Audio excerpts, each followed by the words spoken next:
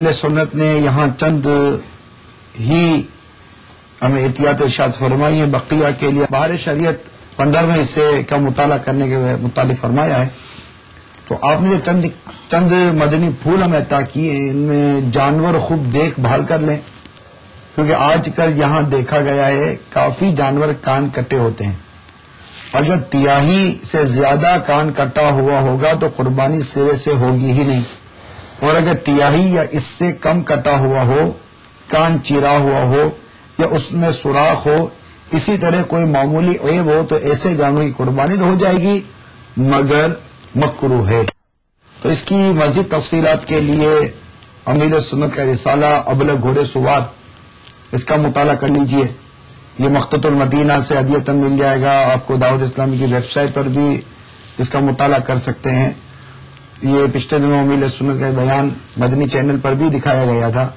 بہار شریعت کا یہ 15واں حصہ تو قربانی میں کام آئے گا، اور اس کے علاوہ جو بہار شریعت کے چھٹے حصے میں جو حج کا بیان ہے یہ بھی ضرور اپنے ساتھ رکھیے. بہار شریعت الگ بھی بعض اوقات مل جاتی ہے، لیکن میں آپ کی معلومات میں اضافے کے لیے اور مزید فائدے کے لیے عرض کر رہا ہوں کہ مخطوط المدینہ نے بہار شریعت کے 6 حصے ایک ہی جلد میں شائع کی. اور اس کی خوبی یہ ہے کہ یہ بہار شریعت جو مخطوط المدینہ شائع کی ہے، اس کو ترتیب دیا ہے دعوت اسلامی کے شعبہ المدینہ العلمیہ نے، اور اس کو باقاعدہ اس کی تخریج کی گئی اور بعض جگہوں پر ضروری حاشیے میں معلومات فراہم کی گئی ہے. اور واقعیتاً ایک امت پر یہ احسان ہوا ہے، اس کو کیا گیا، حاصل بھی کی ہوئی ہے. اور یہ آپ مخطوط المدینہ سے حاصل کریں بہار شریعت. یہ آپ دیکھ لیجئے، یہ اسکرین کے اوپر آپ کو بہار شریعت کا منظر نظر آ رہا ہوگا، اور اس کو ضرور اپنے ساتھ لے کر رکھیں. اس میں جیسے ہمیں وضو کے متعلق، غسل کے متعلق، نماز کے متعلق بھی جو بیان ہمیں جو بتایا گیا، انشاءاللہ اس میں بھی مزید معلومات ہمیں مل جائیں گی. حج والا حصہ بھی اسی کے اندر، حج والا حصہ بھی اسی کے اندر الحمدللہ موجود ہے. اس میں مکمل تو نہیں ہوئے ابھی نہیں بارش نہیں، 6 حصے ہوئے ہیں. ابھی یہ مزید انشاءاللہ اس کا کام جاری ہے. آپ دعا کریں. ہمارے مدنی چینل پہ موجود اسلامی بھائی، اسلامی بہنیں، حاجی اور حجانے سب مل کر دعا کریں کہ یہ 20 حصے ہیں بہار شریعت کے، اور 20 کے 20 حصے اس انداز سے اور اس سے مزید بہتر انداز سے مکمل ہو کر شائع ہونے میں ہمیں کامیابی نصیب ہو جائے. بہرحال امیر علیہ سنت نے جو ہمیں مشورہ دیا ہے کو ٹوکن کے حوالے سے، وہ رفیق الحرمین میں یہ ہے کہ اپنی قربانی آپ خود ہی کریں، یہی ہر طرح سے مناسب معلوم ہوتا ہے. ٹوکن کے اس میں مت جائیے. البتہ جو ایک وکیل کا سلسلہ جو بنتا ہے کہ 10 15 20 اسلامی بھائی جو ہوتے ہیں وہ 2 4 کو بھیج دیتے ہیں اور وہ اس طرح جانور لے کر قربانی کر لیتے ہیں. اس قربانی کے گوشت کا کیا کریں؟ وہاں سے گوشت لانا ممکن؟ اگر تو وہ مینا کے اندر قربانی کی جا رہی ہے تو مینا سے گوشت لا کر اس کو خیمے میں لانا اور ظاہر ہے اس کو پھر پکانا یہ ممکن نہیں ہے. بظاہر ایسی صورت وہاں لا سکتے ہیں، وہ آپ کو اجازت ہوتی ہے. کیا حکم ہے اس گوشت کا؟ مزید گوشت کا حکم تو یہ قربانی ہے، شکرانے کی قربانی ہے، تو اس کو کھا سکتے ہیں، پکا سکتے ہیں، پورا خود دکھا جائے. اب وہ تو یہ نہیں کر ہی سکتے، اس کو کھا سکتے ہیں، وہ کھا سکتے ہیں. ہاں، لیکن یہ نہیں ہے کہ فقراء پر اس کو صدقہ کیا جائے، ایسا نہیں ہے. وہ دم کی قربانی ہوتی ہے کہ جس کو صدقہ کرنا واجب ہوتا ہے، وہ خود نہیں لے وہ نہیں خود کھا سکتے. مطلب دم کا جانور ہم نے ذبح کیا، وہ ذبح کروایا جی، تو اب اس کا گوشت خود نہیں کھا سکتے، اس سے فائدہ نہیں لے سکتے. یہ قربانی کے جانور کے گوشت سے ہم مکمل فائدہ لے سکتے، یہ تو کھا سکتے. جیسے ہم یہ اپنے بقرہ عید میں ہمارے یہاں پر تو سارا لے لیں. ہمارے بقرہ عید میں بھی ہے کہ یہ قربانی کے گوشت میں یہ ہوتا ہے کہ اس کے جناب وہ اتنے حصے کرنے ضروری ہوتے ہیں. ضروری نہیں ہے، یعنی مستحب ہے، بہتر حصے کرنا مستحب ہے. ایک اپنے لیے، ایک اپنے اعزاء اقربا کے لیے، اور ایک فقراء کو دیا جائے. اس کے متعلق اور مزید آپ کے ذہن میں؟ قربانی میں یہی ہے کہ اپنے ہاتھ سے قربانی کرنا سنت ہے، اور حج کے موقع پر نبی کریم علیہ الصلوۃ والسلام نے اپنے ہاتھ سے اونٹوں کو نہر کیا تھا. حدیث شریف میں ہے کہ 63 اونٹ آپ نے اپنے ہاتھ سے نہر فرمائے. اور وہ جو روایت میں اس طرح کا بھی ہے کہ ہر اونٹ جو ہے وہ جلدی کرتا تھا آپ کے پاس آنے کے لیے. سبحان اللہ. تو اس طرح کی بھی کچھ وہ روایت ملتی ہیں. اور اس کے بعد اونٹ کا گوشت پکایا گیا تھا اور نبی کریم علیہ الصلوۃ والسلام نے اس کو تناول فرمایا اور اس کا شوربہ پیا.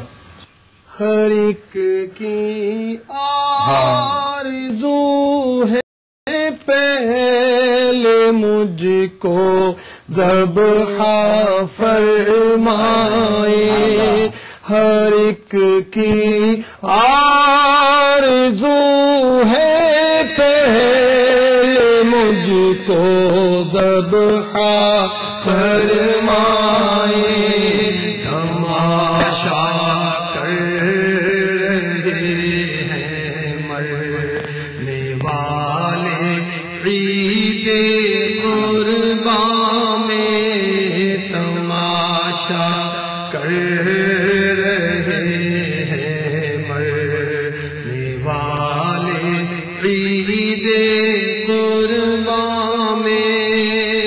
حضرت رضی اللہ عنہ کے بلاد حسن رضا خان علی رحمۃ الرحمان کا شمار، سبحان اللہ، آپ کے مجموعہ کلام ذوق نعت۔ سبحان اللہ۔ کیا ہے اس کے ابتدائی اشعار کون سے؟ نہ کیوں آرائشیں کرتا خدا دنیا کے سامان میں، تمہیں دولہا بنا کر بھیجنا تھا بزم انکار میں، تمہیں دولہا بھیجنا تھا بزم انکار میں، یہ رنگینی یہ شادابی کہاں گلزار رضوان میں، یہ رنگینی یہ شادابی کہاں گلزار رضوان میں، ہزاروں جنتیں آ کر بسی ہیں کوئے جانا میں، ہزاروں جنتیں آ کر بسی ہیں کوئے جانا میں،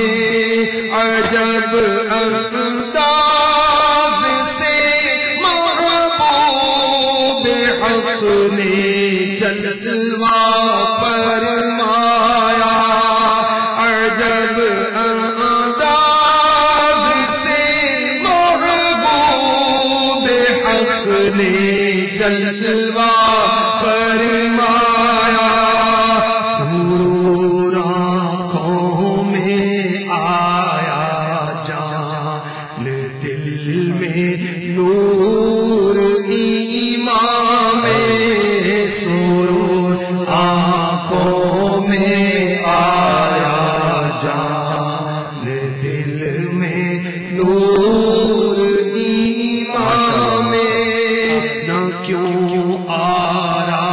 آرائشیں کرتا خدا دنیا کے سامان میں، تمہیں دولہا بنا کر بھیجنا تھا بزم انکار میں۔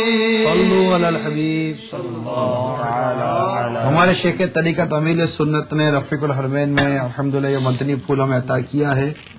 10ویں کو قربانی کرنا افضل ہے، 11ویں اور 12ویں کو بھی کر سکتے ہیں، مگر 12ویں کو غروب آفتاب پر قربانی کا وقت ختم ہو جاتا ہے۔